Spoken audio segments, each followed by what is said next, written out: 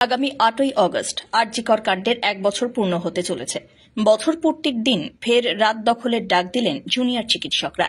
সম্প্রতি সাংবাদিক বৈঠক করে West Bengal junior doctors front জানিয়ে দিয়েছে, রাত্রি ১২টার পরের দিন অর্থাৎ ভোর ৪টে পর্যন্ত পথে থাকবেন তাঁরা।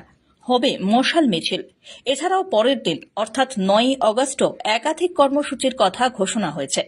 ২০২৪ সালের ৮ই অগস্ট রাত্রে আরজিকর হাসপাতালে কর্মরত এক মহিলা চিকিৎসককে ধর্ষণ করে খুন করা হয়েছিল, আর সেই ঘটনায় উত্তাল হয়ে উঠেছে গোটা দেশ। প্রতিবাদে পথে নেমেছিলেন চিকিৎসক সংগঠনের সদস্য থেকে শুরু করে সাধারণ মানুষ প্রত্যেকে। এবছর ৮ই অগস্ট আমজনতাকে ফের পথে নামার ডাক দিয়েছে জুনিয়র ডক্টরস ফ্রন্ট।